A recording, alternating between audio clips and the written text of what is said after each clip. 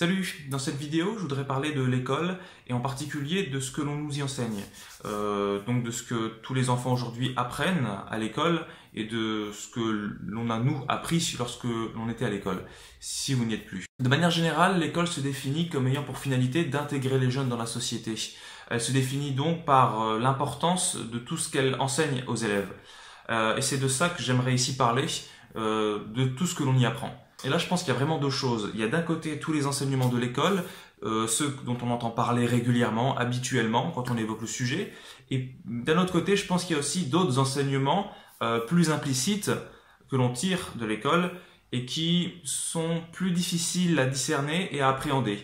Et c'est surtout sur cela qu'ici je vais m'attarder. Pour passer brièvement sur les enseignements explicites de l'école, ce qui nous semble évident, il y a bien sûr l'acquisition des savoirs, dits fondamentaux, lire, écrire, compter. Ensuite, il y a les autres connaissances que nous apporte l'école, surtout au collège, au lycée, à travers les autres matières. Et enfin, on peut noter le rôle socialisateur de l'école, donc le fait de vivre dans un collectif, développer l'autonomie, le respect des règles de vie, etc. Je mettrai juste quelques réserves quand même sur ces différents enseignements. Concernant les savoirs fondamentaux, je pense qu'il faut se rendre compte que ces choses peuvent être tout à fait apprises hors de l'école.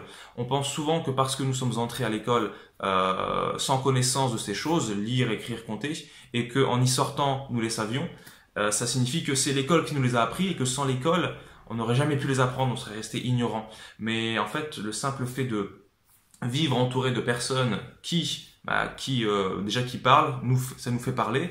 Le fait qu'ils lisent, qu'ils écrivent, qu'ils comptent, fait qu'on va développer naturellement ces savoirs-là. Concernant les autres connaissances plus secondaires, moins fondamentales, qu'on apprend à travers les matières telles que l'histoire, géographie, les sciences physiques, la biologie, je pense que si on regarde un peu tout ce qu'on a appris de ces choses-là, il y a un chiffre qui tourne habituellement, on dit qu'il y a 80% de ce qu'on apprend à l'école qui n'est jamais utilisé une fois qu'on est sorti de l'école.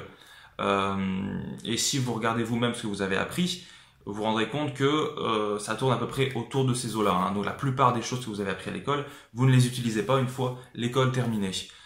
Donc on peut se poser la question, à quoi ça sert tout ça? À quoi ça sert finalement de passer tant de temps à apprendre des choses dont on n'a pas l'utilité, si ce n'est là où nous les apprenons en fait? Alors que l'école, comme je disais, a pour objectif de nous préparer à la vie en société. Donc ensuite il y a la socialisation, donc l'école se donne aussi ce rôle-là de socialiser l'enfant pour mieux l'insérer dans la société. Je reviendrai sur la socialisation après, mais ce que je pourrais déjà dire, c'est que est-ce que l'enfant n'est pas naturellement social en fait? Pourquoi doit-on le pousser à aller dans un endroit, et spécifiquement à l'école, pour espérer de lui qu'il devient un être social? Donc les savoirs fondamentaux, la socialisation, d'autres connaissances aussi plus secondaires, la plupart du temps l'école nous les apprend. Mais j'aimerais maintenant parler d'autres enseignements qui sont bien moins mis en avant, mais qui n'en sont pas moins fondamentaux d'après moi.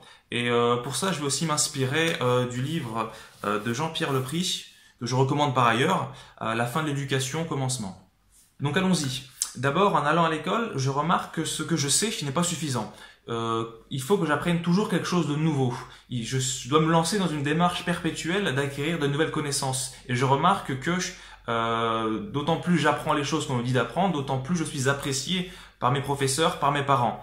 Donc à l'école, en fait, j'apprends le manque. J'apprends que je suis incomplet et qu'il faut toujours quelque chose de plus pour que je sois complet, que je sois une personne heureuse et que je puisse être pleinement valorisé et aimé par mon entourage. En allant à l'école, j'apprends aussi que si je n'arrive pas à faire ce que l'on me demande de faire, je risque de décevoir et de ne plus être aimé. J'apprends donc la peur. En allant à l'école, je me conforme à un modèle donné et je me laisse me faire évaluer sur ce modèle.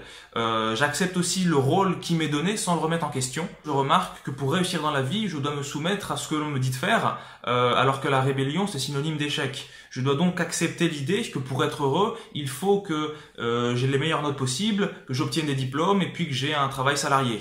J'apprends donc le conformisme et la soumission parce que je n'ai plus confiance en ma capacité à apprendre et je me sens incapable d'apprendre maintenant sans qu'un professeur vienne m'imposer son savoir. En allant à l'école, j'apprends à respecter des horaires que je n'ai pas choisis. J'apprends à passer mes journées à faire des choses que d'autres personnes m'ont dit de faire, à toutes les heures changer de matière, à toutes les heures changer de salle de classe aussi, à passer un certain temps en récréation puis à revenir en classe. Ce n'est pas moi qui choisis la façon dont j'emploie mon temps puisque des personnes ont justement réalisé pour moi un emploi du temps. J'apprends donc que je n'ai aucune maîtrise sur mon temps et qu'il est normal qu'il soit contrôlé par d'autres personnes. En allant à l'école, je dois n'utiliser que l'espace qui m'est donné et ainsi m'isoler de la société. Je dois demeurer toute la journée dans un périmètre délimité duquel je n'ai pas la permission de sortir. Si je m'y risque, je serai sanctionné et on viendra me chercher pour me ramener en périmètre autorisé. Si on se représente un peu la chose, les endroits où ça se passe comme ça, ce sont des prisons. Et à l'intérieur de cet espace clos, il y a encore tout un tas de lieux qui me sont interdits ou auxquels j'ai accès à certains moments selon des horaires précis, mais sur lesquels je n'ai naturellement aucune emprise. En allant à l'école, je ne suis pas maître de mes pensées. Chaque heure, une personne me dit ce sur quoi je dois focaliser mes pensées. Je dois donc constamment penser à ce que d'autres pensent, et comme le suggère Jean-Pierre Lepris, je finis par penser ce que les autres pensent. La liberté d'apprendre, pour moi, ça revient à être libre de penser et de ne pas avoir son esprit contrôlé par les injonctions de tiers. Et John Holt disait justement que si nous confisquons à quelqu'un son droit de décider de ce qui attire sa curiosité, nous détruisons sa liberté de penser. J'apprends donc à ne pas être libre de mes pensées et à ne pas penser par moi-même. En allant à l'école, et puisque mes pensées sont accaparées par des sujets qui me sont imposés, j'apprends à banaliser l'insignifiance de ce que j'apprends.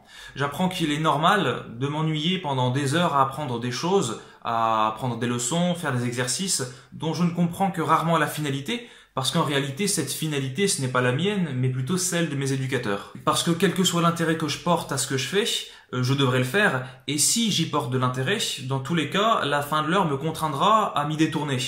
Donc j'apprends à ne pas pouvoir librement m'investir dans ce que j'aime.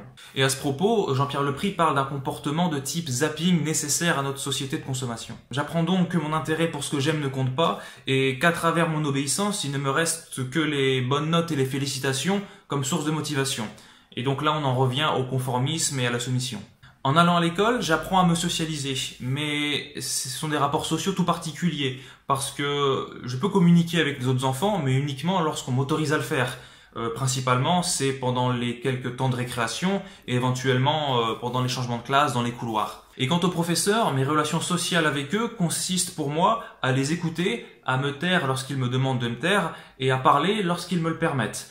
N'ayant pas forcément souhaité passer mes journées à leur côté, j'apprends qu'il est normal pour moi de me contraindre à fréquenter des personnes pour qui je n'ai pas forcément d'intérêt. La socialisation qu'apporte l'école aux enfants est aussi toute particulière parce que le professeur, bien qu'il soit entouré d'enfants, il est plus en dialogue avec lui-même.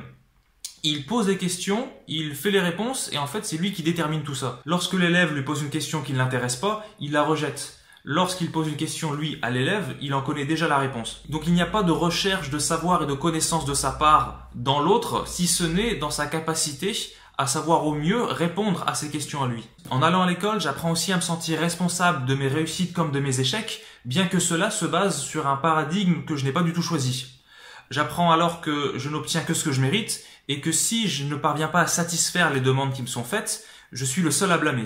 En allant à l'école, je ne profite de quasiment aucun temps sans surveillance. J'apprends donc à vivre en étant observé et contrôlé de façon continuelle et à trouver ça normal.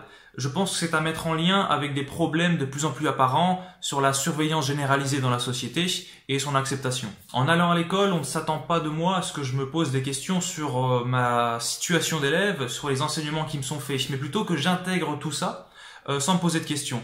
J'apprends donc à ne pas avoir d'avis critique sur ma situation et sur ce qui m'entoure, que les enseignements qui me sont faits doivent être acceptés tels quels. En allant à l'école, j'apprends à répondre aux questions que l'on me pose, mais à ne pas en poser si elles ne sont pas directement en rapport avec le cours. Pourtant, on attend de moi, enfant, une curiosité à toute épreuve. J'apprends donc qu'il est normal que je sois jugé, et que parce que je ne suis qu'un enfant, je dois me taire parce que je ne sais pas. Et pour terminer, en allant à l'école, j'apprends qu'en étant meilleur que l'autre, je serai valorisé. J'aspire donc à être premier de la classe, mais ce faisant, j'apprends à voir l'échec de l'autre comme étant sa juste rétribution et que les louanges qui me sont faites me reviennent justement. J'apprends donc à fonder l'estime de ma valeur personnelle sur ma capacité à mettre en échec mes camarades, puisqu'il ne peut y avoir qu'un premier de la classe. J'apprends aussi que dans la plupart des situations, l'entraide à l'école, ça s'appelle de la triche, parce que l'entraide, le plus souvent, est incompatible avec les évaluations scolaires surveillées. Donc j'apprends au final la concurrence. Alors ici, l'ensemble des enseignements que je viens de citer ont la particularité d'être des contraintes imposées. Ce ne sont pas des données naturelles. Il s'agit à chaque fois de personnes qui vont prendre d'autres personnes, les mettre dans des endroits, leur dire quoi faire, de quelle façon, pendant combien de temps, etc.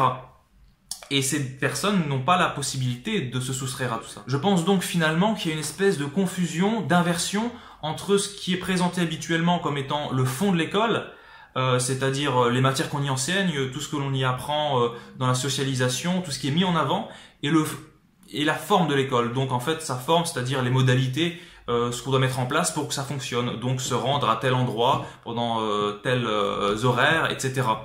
Je pense qu'en réalité, le fond de l'école, c'est justement ce qu'on prétend être sa forme. Donc c'est le fait de se rendre à l'école tous les jours, de devoir s'y rendre pendant tels horaires, à apprendre telle chose, avoir les pensées qui sont accaparées par des matières, etc. La forme de l'école, par contre, ce sont les matières qu'on nous y enseigne, ce sont le nombre d'heures qu'on y passe, et tout ça, on le voit, c'est sujet à des réformes année après année. C'est bien que ce n'est pas le fond des choses, puisque c'est réformé. Il s'agit d'une mise en forme qui peut changer autant de temps qu'on veut, parce que la structure reste la même. Je suis obligé d'aller à l'école, je suis obligé d'écouter ce qu'on me dit, je suis obligé de penser que c'est la meilleure des choses, etc. Ces enseignements-là, ces enseignements cachés, sont d'après moi au moins tout aussi fondamentaux que ceux que l'école met en avant. Et si nous les appliquons, je pense que c'est parce que la plupart d'entre nous n'avons pas conscience simplement de leur existence.